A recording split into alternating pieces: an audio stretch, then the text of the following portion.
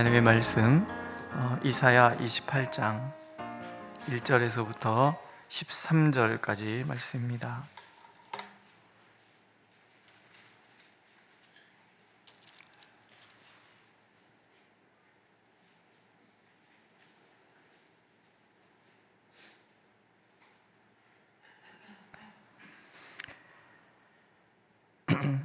함께 읽겠습니다. 1절. 에브라임의 술 취한 자들의 교만한 면류관은 화 있을진저 술에 빠진 자의 성 곧 용화로운 관같이 기름진 골짜기 꼭대기에 세운 성이여 쇠잔에 가는 꽃 같으니 화 있을진저 보라 주께 있는 강하고 힘있는 자가 쏟아지는 우박같이 파괴하는 광풍같이 큰 물이 넘침같이 손으로 그 면류관을 땅에 던지리니 에브라임의 술 취한 자들의 교만한 면류관이 발에 밟힐 것이라. 그 기름진 골짜기 꼭대기에 있는 그의 영화가 쇠잔에 가는 꽃이 여름 전에 처음 익은 무화과나무 같으리니 보는 자가 그것을 보고 얼른 따서 먹으리로다.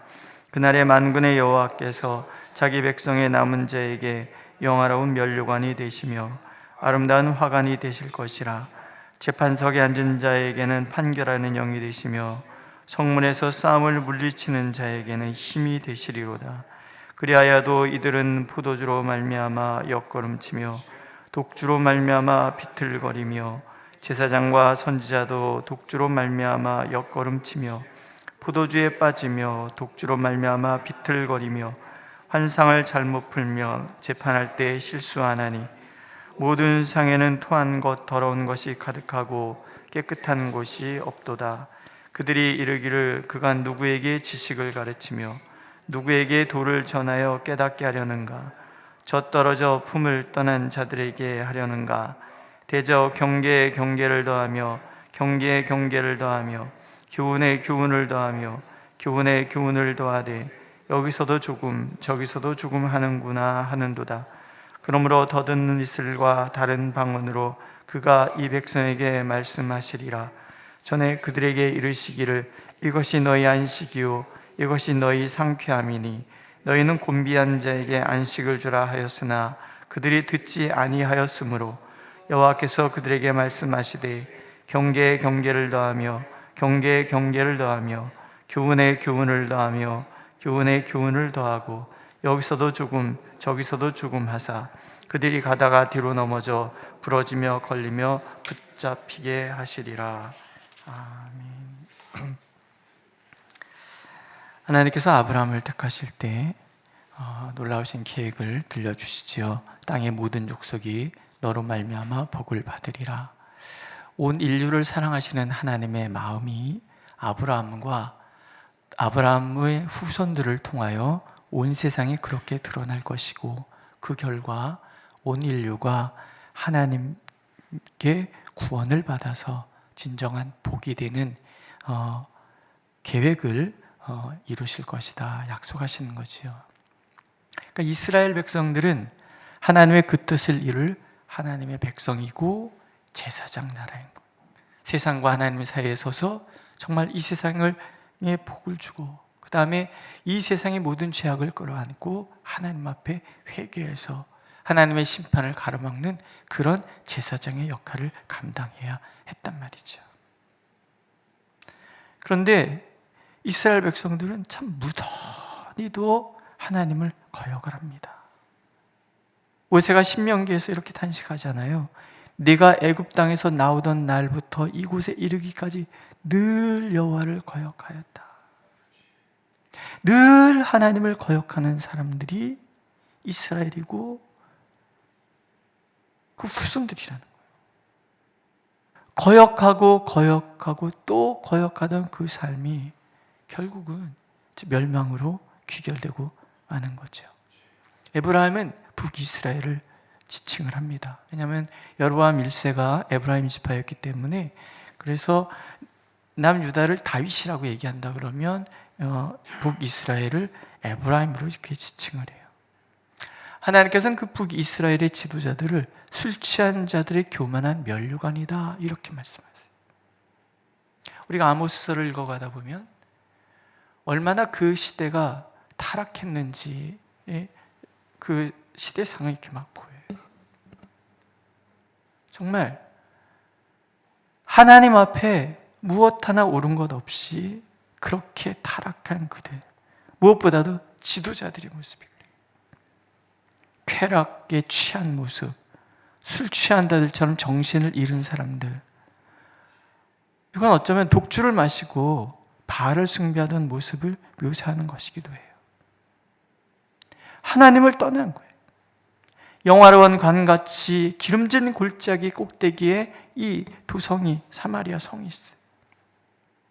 근데 그 영광이 하나님을 떠나고 나니까 쇠잔하는 꽃과 같다. 하나님 이렇게 얘기해요. 만군의 하나님께서 함께 하시지 않으셨던 것은 아니에요.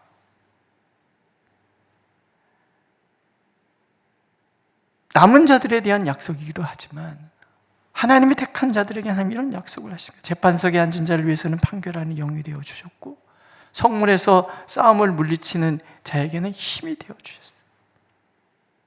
하지만 이들은 배은망덕, 독주에 취해서 비틀대는 거예요. 심지어는 제사장들과 선지자들마저 술에 취해 비틀거리며 환상을 잘못 풀고 재판할 때 실수를 한다. 하나님 말씀. 그들이 내뱉는 모든 말은 술에 취해 토한 것 같고 더러운 것이 가득할 뿐이다. 그들은 모든 것을 그릇되게 만들고 있는 거예요. 하나님께서 버리시는 거예요. 최고의 신학을 우리가 가지고 있다 그러고, 우리는 구속사의 중심에 있기 때문에 하나님은 절대로 우리 심판하지 않을 것이다. 그런 교만함에 빠져 있는 거예요. 진정 하나님을 의지하고 하나님의 말씀에 따라서 하나님이 원하시는 길을 가야 하나님의 이 놀라우신 구속사의 중심에 서는데, 단지 내가 아브라함의 후손이다, 이스라엘 자손이다라는 그러한 알량한 거짓된 신학에 사로잡혀서 쾌락에 취해서 백성들을 억압하고 탄압하고, 우리가 앞에서 읽었잖아요. 불순물 섞인 은을 제값으로 팔고 물 섞인 포도주를 팔아서 그것을 부당한 이익을 취하고 그것을 뒤봐주는 고관들이 있고, 그래서 정말 선량한 백성들이, 선량한 하나님의 백성들이 죽어나가는데도 불구하고 자기 배만 채우는 그런 사람들, 그것을 뒷받침해주는 거짓 제사장들, 거짓 선지자들이 판을 치는 그러면서도 알량하게 자기들은 구원받았다. 자기는 멸망하지 않는다. 하나님은 절대로 우리를 심판하지 않는다. 사랑의 하나님은 심판할 수 없다. 이런 알량한 신학에 빠져 있는 거예요. 하나님께 버리시는 거예요. 강하고 힘 있는 아수르가 우박같이, 광풍같이, 큰 물이 넘친같이 달려와서 이들의 영화를 던져버리는 거예요.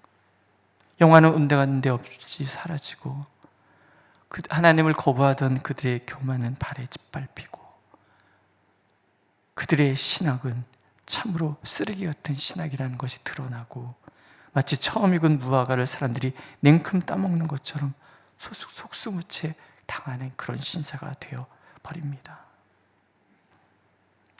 그럼에도 이들은요, 선지자를 조롱하는 거예요. 이미 영적으로 무지한 자가 되었으니 그들은 하나님의 뜻을 알지 못합니다. 그래서 비웃는 거예요. 그가 누구에게 지식을 가르치며 누구에게 도를 전하여 깨닫게 하려는가? 젖떨어져 품을 떠난 자들에게 하려는가? 여기서도 조금 저기서도 조금, 경계에 교훈에 교훈을 더하는데 여기서 찔끔 저기서 찔끔. 그러니까 이사야 선지자의 이런 얘기가 두서도 없고 그저 하는 소리가 비슷비슷하고, 너의 신학이라는 것 자체가 결국 어린아이들에게 말하는 아주 초보적인 그런 신학에 빠져 있어서 우리의 권위적인 신학에 감히 네가 도전해 날 수 있겠느냐, 이렇게 얘기하는 거예요. 교만의 극치죠. 하나님의 음성이 들려오는데 하나님의 음성을 듣지도 못하는 그들의 상태, 영적 고갈인 거예요. 하나님을 알지 못하니까, 내가 가지고 있는 지식이 전부라고 생각하니까 정말 하나님의 음성이 들려도 깨닫지도 못하고, 그거 여기저기 그냥 뭐 그 말이 그 말이고 뭐 접대했던 말 지금 또 하고 뭐 그런 거 아니야 뭐 이런 생각들에 빠져 있는 거예요. 아주 시시한 신학이라고. 그러니까 하나님께서 그들이 한 말 그대로 돌려주는 거예요. 덧없는 입술과 다른 방언. 아수르 사람들의 그 언어가 아마도 이스라엘 백성들의 듣기에는 못 알아듣는 언어, 뭐 혀 짧은 소리, 뭐 그러잖아요. 그리고 다른 나라 말 이렇게 들으면 이렇게 우리랑 언어 체계가 다르기 때문에 이 발음 구조가 다르기 때문에 이상하게 들리잖아요. 무슨 소리가 저래? 뭐 이렇게 중국 사람들 말하는 거 이렇게 보면은 그 막 거칠어, 뭐 이렇게 얘기를 해서 그러면 이 사람들 싸우나 이렇게 싶은 그런 이야기인데, 근데 그들의 발음 체계가 그런 거예요. 초성을 강하게 내고 이 고저 장단을 맞추다 보니까 우리가 듣기에는 무슨 그래서 샬라거린다 그러잖아요. 그러니까 잘 못 알아니까 샬라거린다 그러죠. 경상도 우리 경상도 분들 많이 있잖아요. 경상도 분들 이렇게 듣다가 보면은 진짜 막 싸우는 것 같잖아요. 거기 이렇게 이 높낮이가 있어가지고 뭐 가가 이런 얘기 경상도 사람들이 다 가를 4번이나 하는데 그 의미가 다 다른 거예요. 근데 우리 가가 서울말로 가가 이러면은 가가 하는 거잖아요. 근데 경상도 사람들은 가가 그러면은 이게 그 사람이 가 이렇게 얘기란 말이에요. 이게 다른 거예요. 아수르 사람들의 얘기가 그렇게 들렸던 것 같아요. 덧없는 입술 다른 방언. 뭔 소리인지 알아듣지 못하는 아수르 이사야 선지자의 말을 네가 무슨 혀 짧은 소리로 얘기하는 뭐 그런 얘기냐 싶은데 그대로 돌려주시는 거예요. 아수르 알아듣지 못하는 그 방언을 말하는 자들이 와서 그들을 징계하는 거예요. 경계에 경계를 더하시고 교훈에 교훈을 더하시게 하여 여기서 조금 저기서 조금 끼워 맞추지 말한다는 이 조롱 그대로 뭔 말인지 모르는 사람들에게 그들이 말한 그대로 별거 아니라고 어린아이에게 나타내주는 아주 저급한 신학의 말이라고 그렇게 매도하고 조롱했는데 그 말 그대로 하나님의 말씀이 사실이라는 거죠. 그들의 교만이 그렇게 짓밟히도록 하나님께서 내버려주는 속조르시 뒤로 넘어져서 부서지고 걸리며 붙잡혔다. 누가 진정한 지혜자냐? 잠언에서 하나님 이런 말씀하시죠. 나를 사랑하는 자들이 나의 사랑을 입으며, 여기서 나가 지혜입니다. 지혜를 사랑하는 자들이 지혜의 사랑을 입으며 지혜를 간절히 찾는 자가 지혜를 만날 것이라. 부귀가 지혜에게 있고 장구한 재물과 공의도 그러하니라. 지혜를 아는 사람, 곧 지혜는 하나님이시잖아요. 예수 그리스도를 진정으로 아는 사람만이 하나님의 음성을 들을 수 있고 시대를 분별해 갈 수 있다라는 거예요. 신앙생활을 오래 하다 보면 나도 모르게 어떤 편견에 사로잡힐 수 있어요. 그래서 우리는 늘 내가 아는 것이 전부가 아니라는 것을 말해요. 어떤 분이 그런 얘기를 해요. 하나님은 너무나 광대하셔서 우리가 하나님에 대해서 아는 것이란 넓은 백사장에서 모래 몇 알 주는 것밖에 없다. 그렇다면 우리는 늘 하나님 앞에 겸손해야 되는 거예요. 늘 말씀 앞에 겸손해야 되고 늘 하나님의 그 음성이 들릴 때 그 음성 앞에서 겸손히 나를 돌아보면서 내가 아는 것이 전부가 아니라, 물론 내가 아는 것은 중요하죠.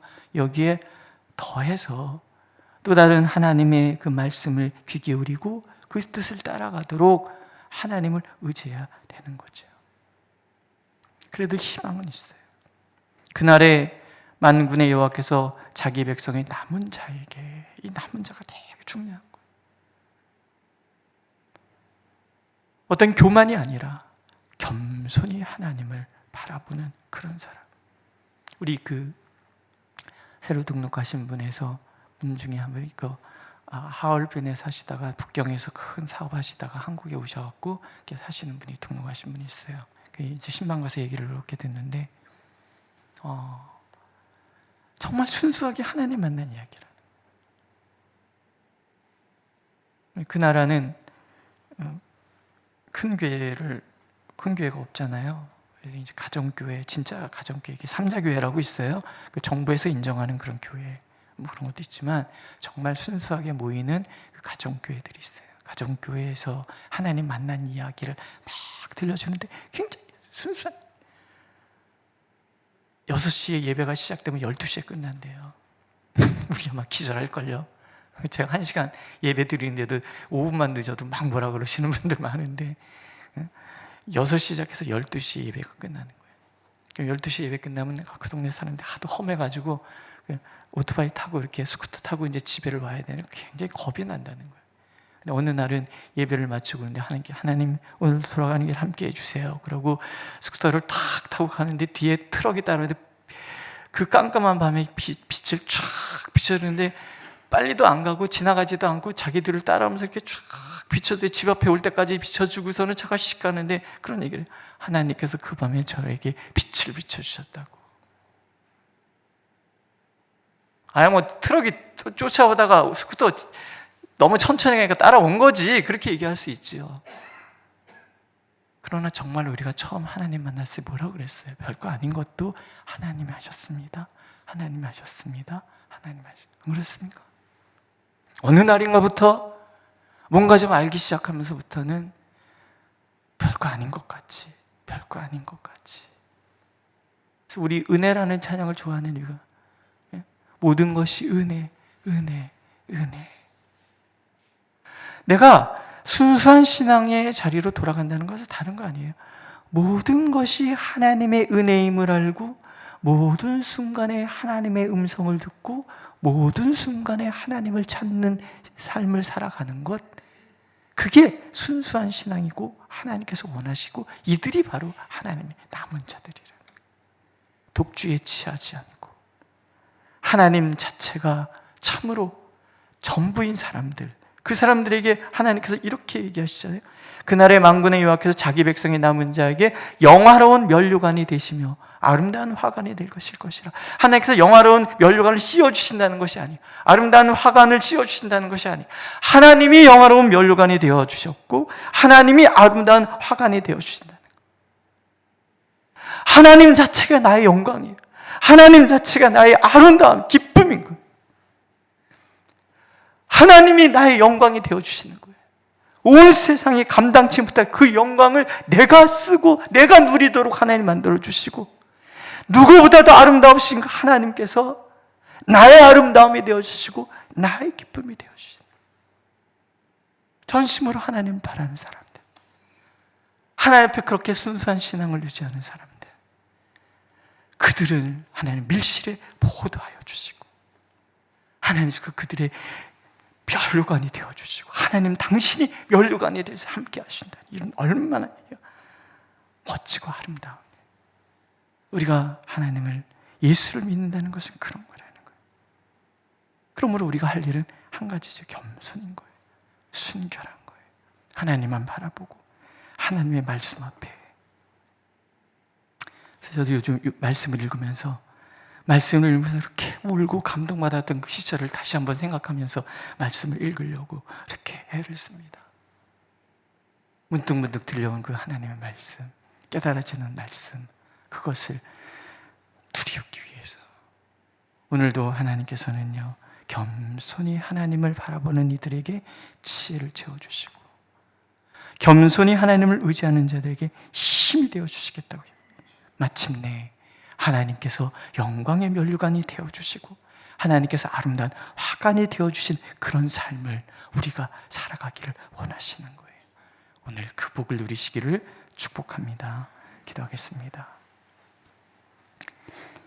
세상이 어떻게 돌아가든 사람들이 어떻게 말하든 그저 하나님의 말씀 앞에 우리가 있고 하나님의 임재 가운데 머물기를 원합니다.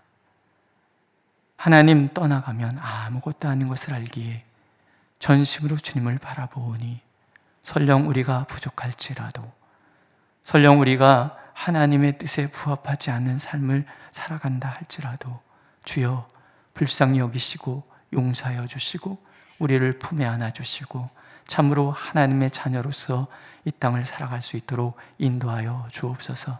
전심으로 주님을 바라는 이들에게 영화로운 면류관이 되어 주시고 아름다운 화관 되어 주시겠다고 하셨사오니 오늘도 하나님 우리의 걸음걸음 우리의 삶이 주님 안에 있으므로 하나님 이 기쁨, 이 감동, 이 감사가 우리의 입술에 가득하고 삶의 자리에 가득할 수 있도록 우리를 인도하여 주옵소서. 예수님의 이름으로 기도드렸습니다. 아멘. 하늘에 계신 우리 아버지, 아버지의 이름을 거룩하게 하시며 아버지의 나라가 오게 하시며 아버지의 뜻이 하늘에서와 같이 땅에서도 이루어지게 하소서. 오늘 우리에게 일용할 양식을 주시고 우리가 우리에게 잘못한 사람을 용서해 준 것 같이 우리 죄를 용서하여 주시고 우리를 시험에 빠지지 않게 하시고 악에서 구하소서.